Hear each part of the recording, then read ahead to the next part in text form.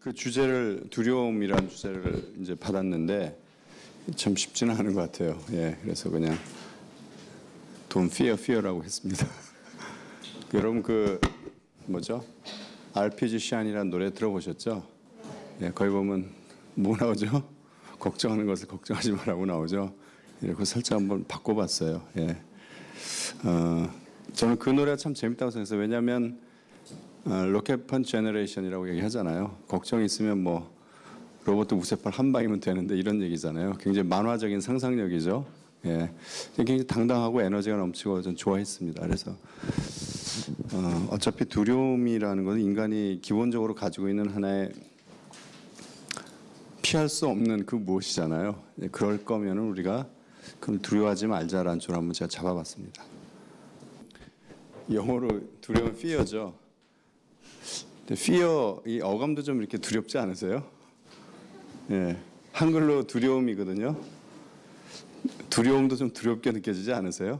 예, 저는 그렇게 생각해요. 이상하니까 이 글자들도 보면은 그 언어가 가지고 있는 그 느낌하고 이게 잘 매치가 된다 그런 생각을 했었습니다.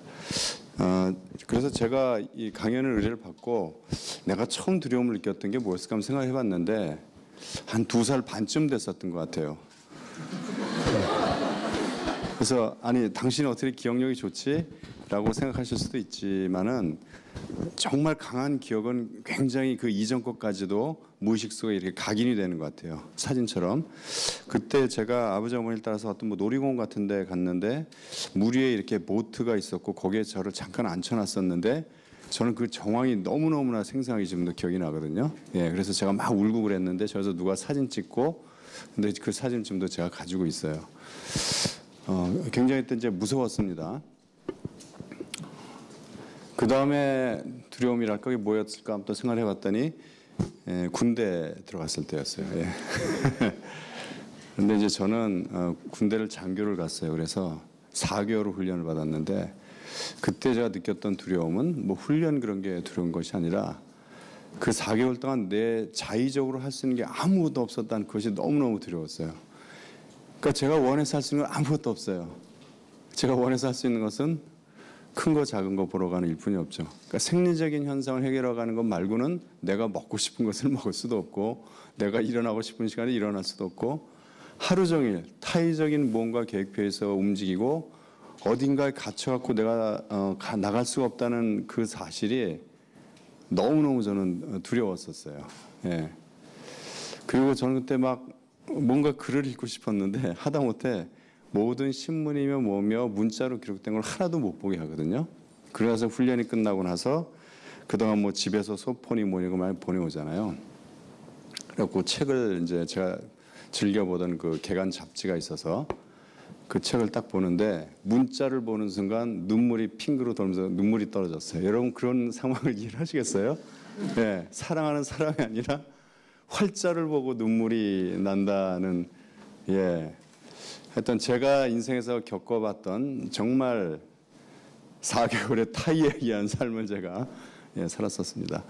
그 다음에 또 두려움이 뭐가 있었을까 생각을 해보니까 IMF 때, 근데 그때는 총체적으로 모든 국민들이 어떤 두려움이라는 그런 어떤 멘탈에 아주 심각한 상황에 처해 있었죠.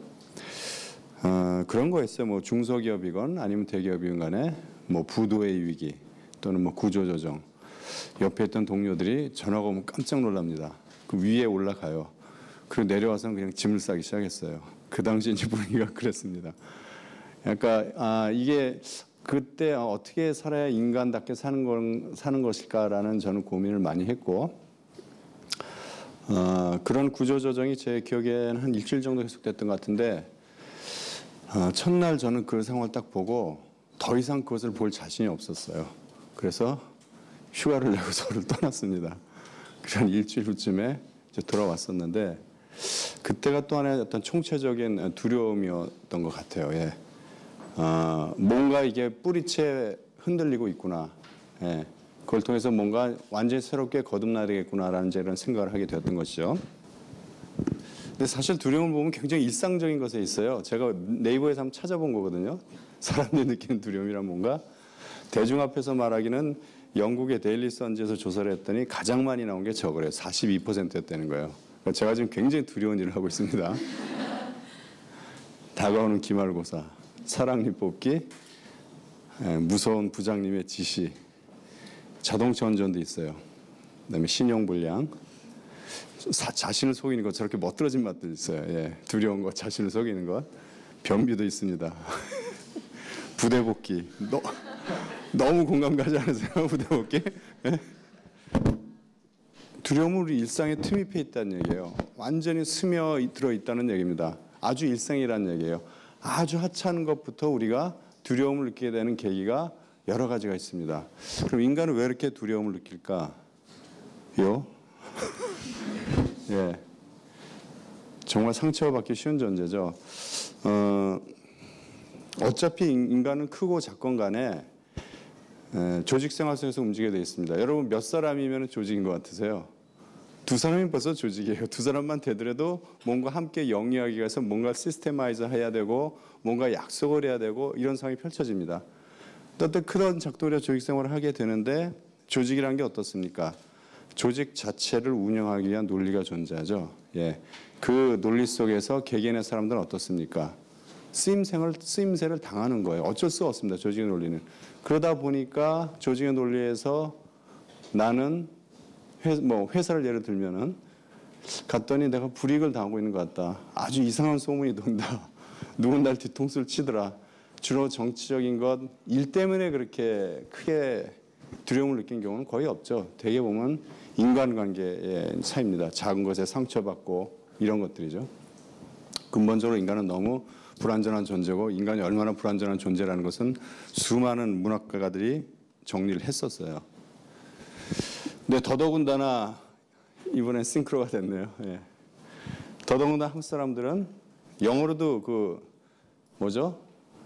내 낯을 뜻하는 거, 예, 면목을 페이스라고 실제로 쓰더라고요. 예. 남을 의식하는 존재죠.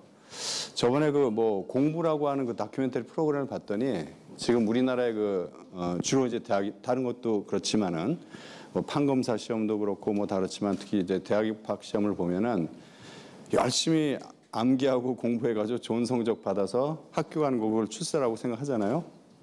그런 식의 공부의 개념이 물론 서양하고는 완전히 다르죠. 중국의 이제 과거 시험에서 시작이 됐다고 하는데 중국 사람도 아주 똑같더라고요. 아주 시골 촌구석의 오지에 초등학교를 가서 그런 코올리게 1, 2학년 아이들 보고 대학 가고 싶은 사람이니까 전부 다 손 들어요.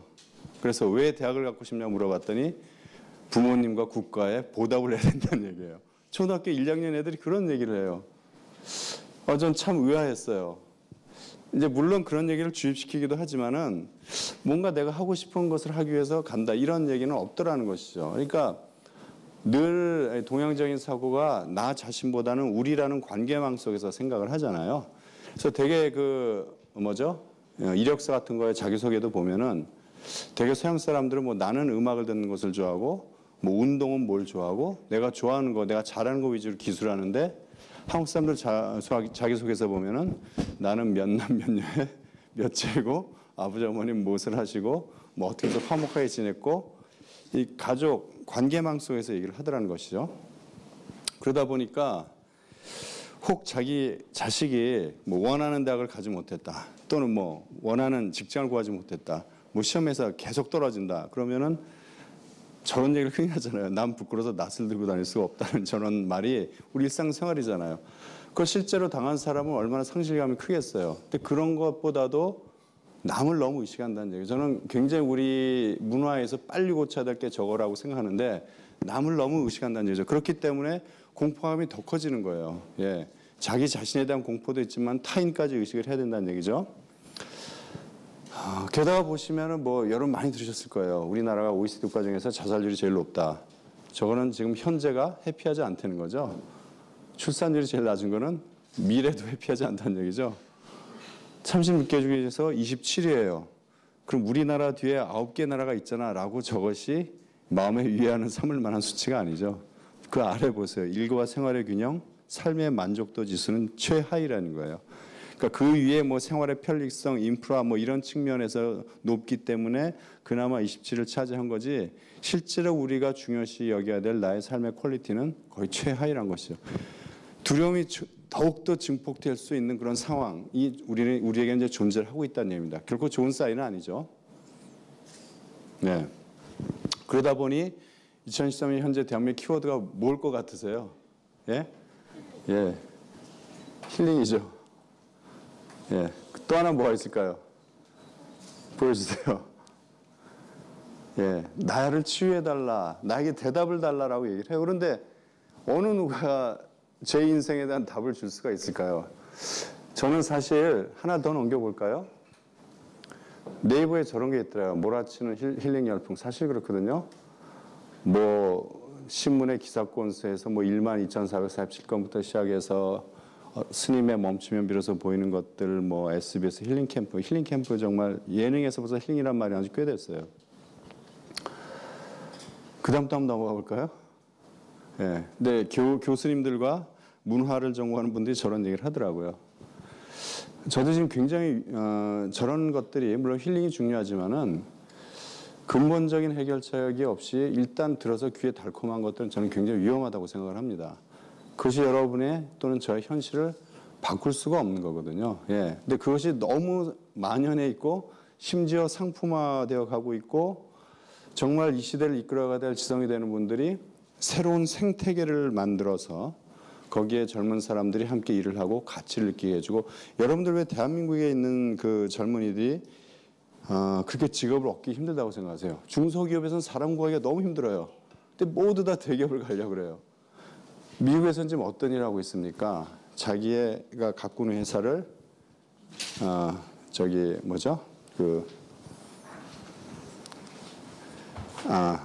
아마존에 팔아서 엄청난 부를 불린 사람이, 예, 할리우드 근처에 엄청난 땅을 사서 그걸 전부 다 젊은 사람들이 스타트업 할 수 있게끔 오피스를 만들어주고 이쁜 카페들을 만들어주고 그런 빌리지를 만들었어요. 그리고 그 사람의 키워드가 세 가지예요. 콜리전, 콜라보레이션, 쉐어예요. 콜리전, 서로 충돌, 만나야만 또 새로운 것이 만들어진다. 그래서 그 빌리지 안에서는 걸어 다닐 것을 권장을 해요. 걸어 다니면서 서로 많이 만난다. 생각이 공유된다. 그 다음에 콜라보를 해서 새롭게 만들어진 아이디어나 가치를 나눠라. 이런 얘기를 한다는 얘기죠. 젊은 사람들이 느끼는 게 뭘까요? 돈도 중요하지만 여러분 가치 아니세요? 내가 가치 있다고 느끼면은 여러분 뛰어들 것 같아요. 한국에서 누가 그런 것을 만들어 놓는다고 하면은 정말 얼마나 가치 있는 일이에요. 거기 뛰어들어서. 예.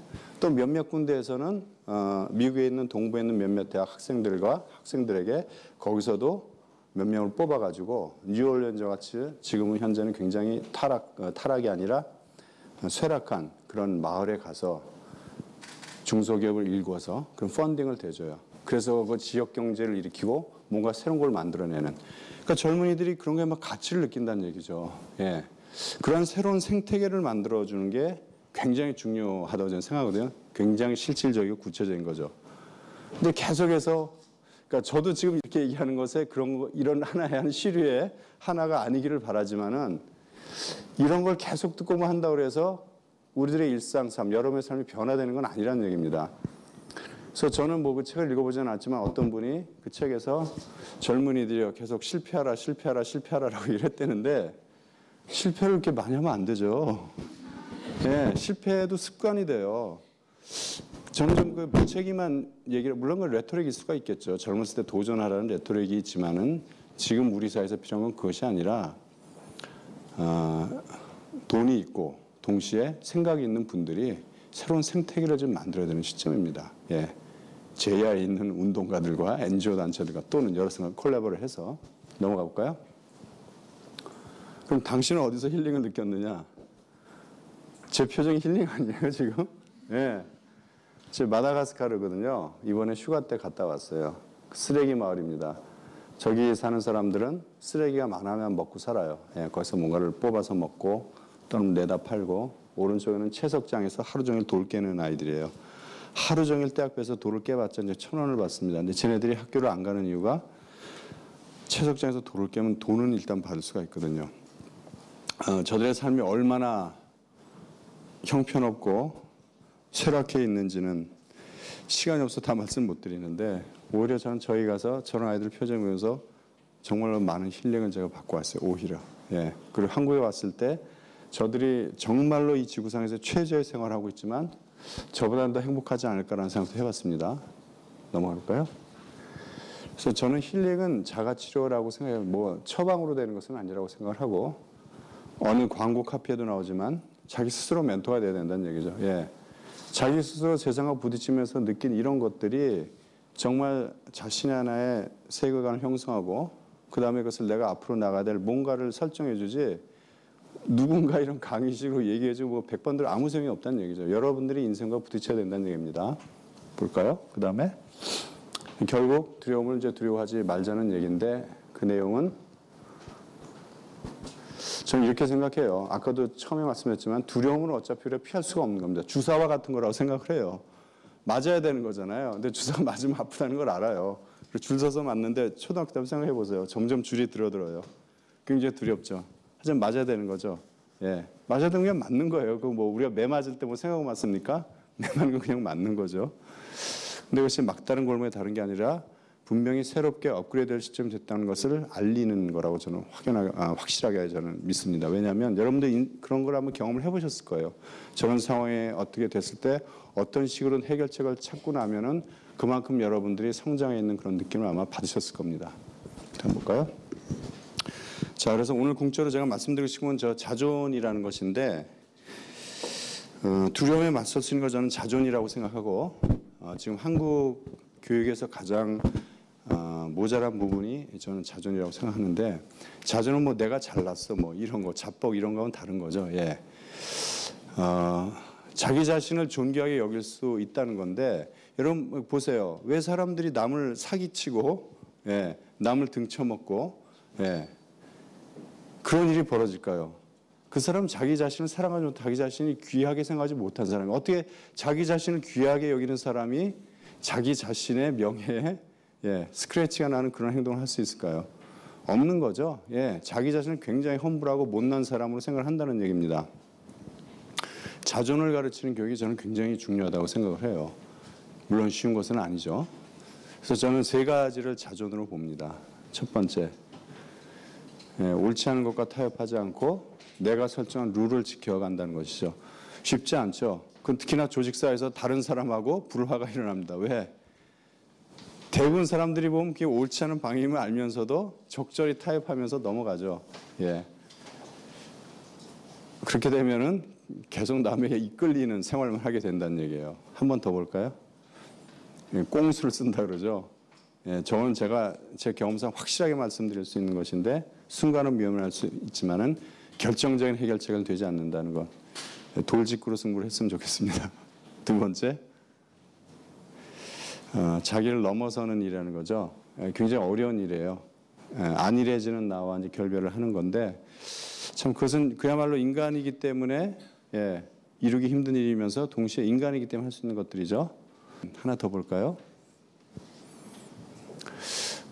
벌써 내가 여러 사람들에서 내가 옛날엔 소시적이 이랬는데 라는 말을 하게 된다는 거는 인생에서 짐 쌀 준비가 됐다는 것을 뜻하는 얘기입니다. 예.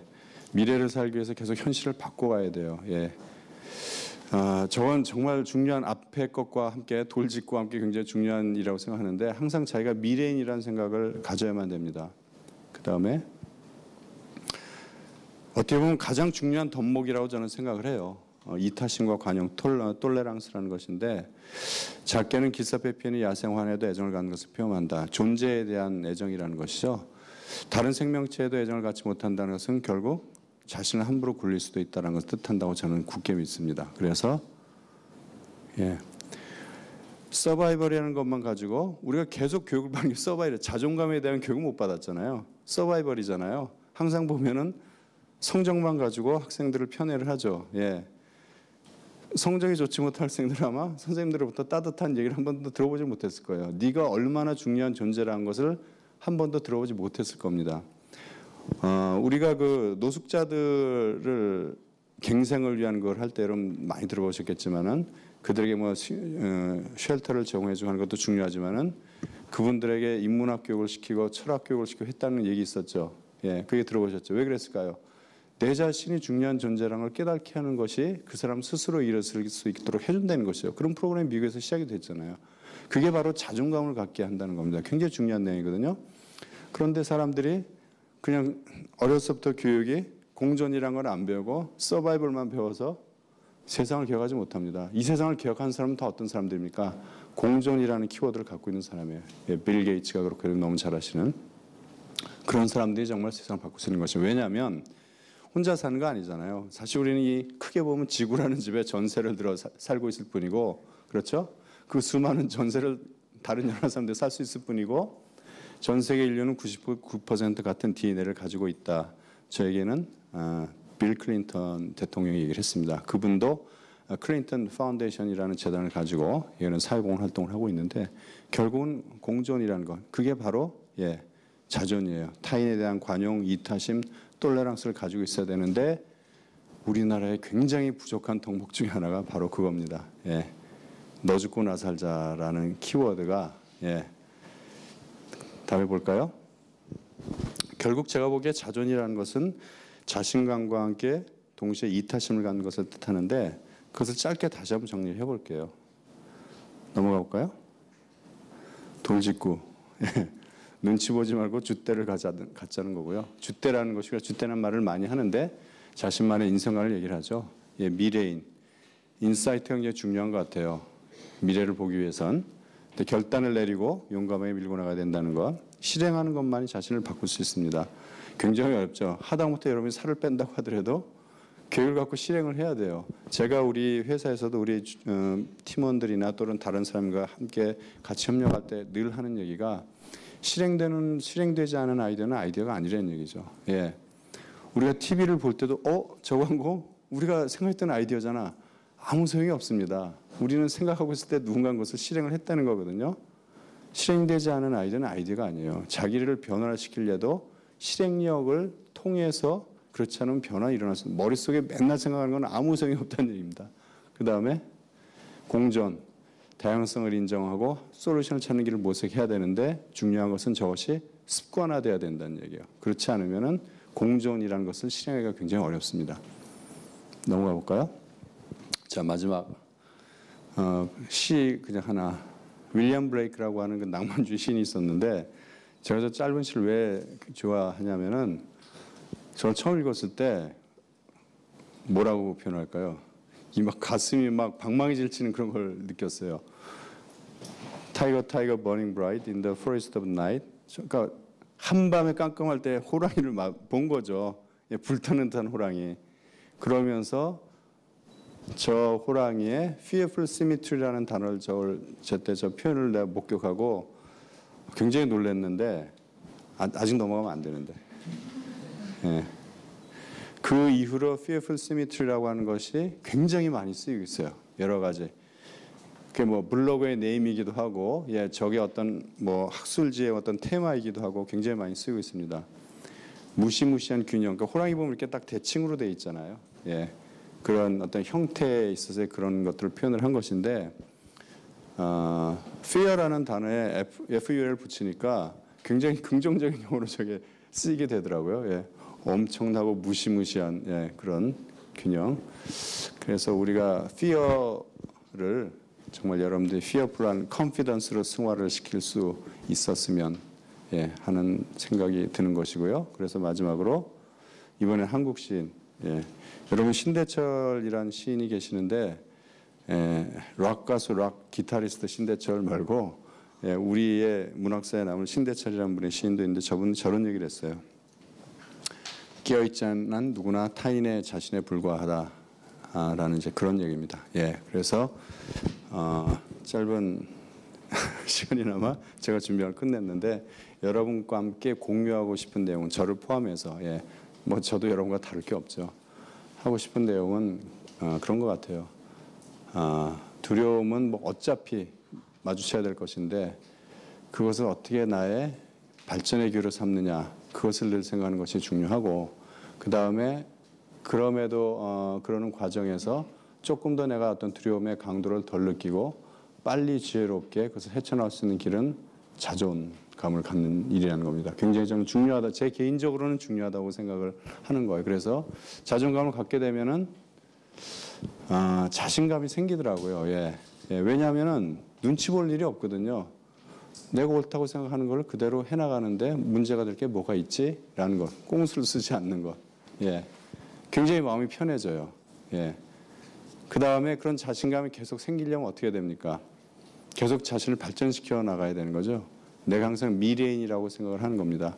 그와 함께 혼자는 살 수 없는 거니까 모든 사람과 함께 공존을 생각을 하면서 예, 일상생활에서 모든 일에 임하는 것, 그게 정말 중요하다고 생각해요. 그래서 가능하다면 저와 여러분이 함께 앞으로 자존감을 갖게 되는 것을 키우는 그런 훈련을 했으면 좋겠습니다. 그래서 제 내용 이만 마치도록 하겠습니다.